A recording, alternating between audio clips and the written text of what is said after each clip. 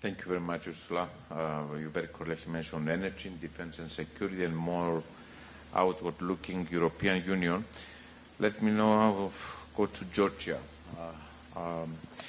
Italy has often underlined, and I fully agree with this approach, that the strategic importance of the Mediterranean and the greater Middle East, promoting what we say as 360 degrees approach between the eastern and the southern flanks, but also to different kind of common challenges. One common challenge that we have is migration.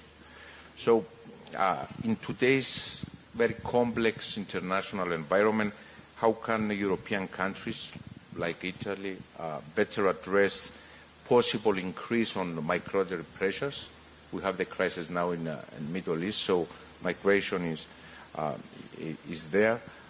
Taking also into account the nexus between migration, stability, and security in Europe. Okay, thank you very much, Nikos. Good morning, colleagues, and thank you very much, Prime Minister Pashinyan, for this fantastic organization. Well, we are speaking today about a polycrisis, okay? But what does it mean, polycrisis? I mean, I think it is not simply that we are facing lots of crises together. That's it. The problem is all those crises are related one to the other and feed one the other. And I think it is very important we understand that also to face the fact that we cannot simply take care of one or two facets of this crisis, but we have to tackle them all.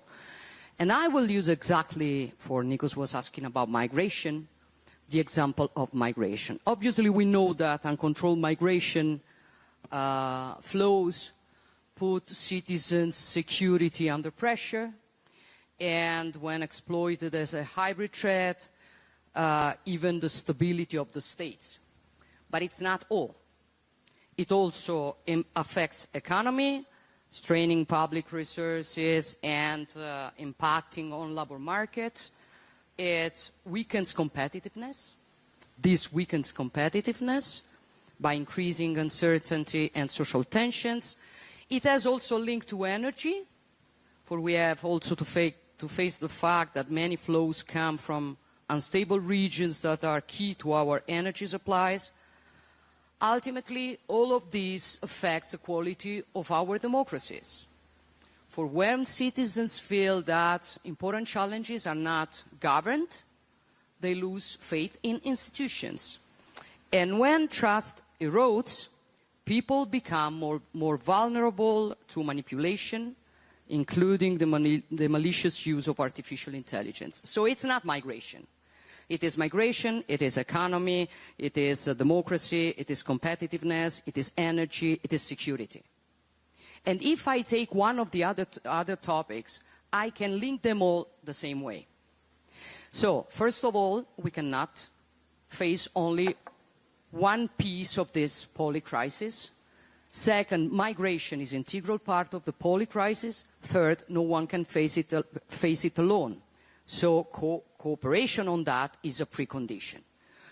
We did very important steps ahead in the last years at the level of the European Union, where now we have a new asylum pact, we have a new definition of the third safe countries, we are going towards a new regulation on returns that will help us also on, let's say, innovative solutions such as those that Italy is trying to provide.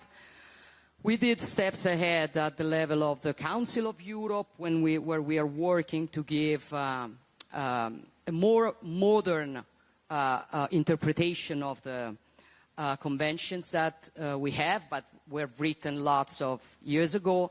And at the level of the EPC with Kier, we've been promoting another declaration, the past days that now has already reached 31 countries signing.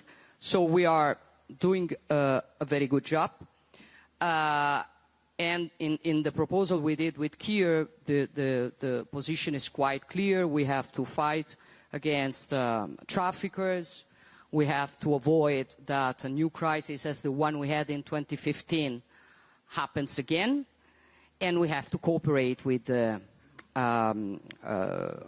origin and transit countries. And that brings me back to the beginning and to the second part of the question that Nikos did. I mean, the problem is, if we've got this polycrisis, are we able to face it the way it needs to be addressed? My idea is that at the level of the European Union, for example, in recent years we have shown our ability to respond to emergencies. We did it with the pandemic crisis, we did it with Ukraine, but I also think now we have to step up our game. That means to pass from our capacity to react to our capacity to anticipate. That means we have to focus much more on our strategy in the long term, and this kind of discussions are very useful for that.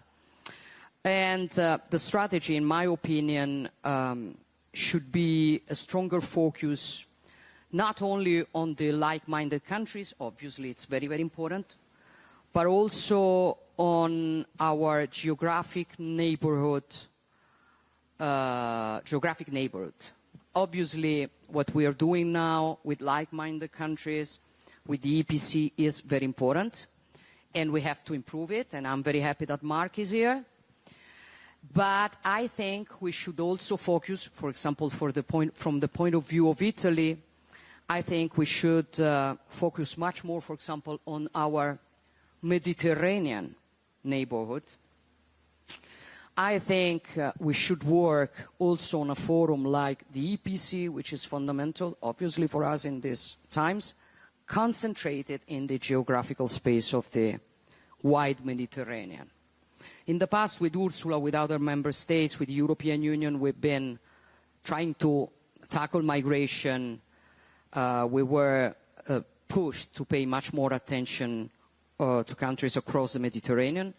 Now, in my opinion, the challenge is to broaden this approach, to bring together security, development, energy in our cooperation with neighboring countries.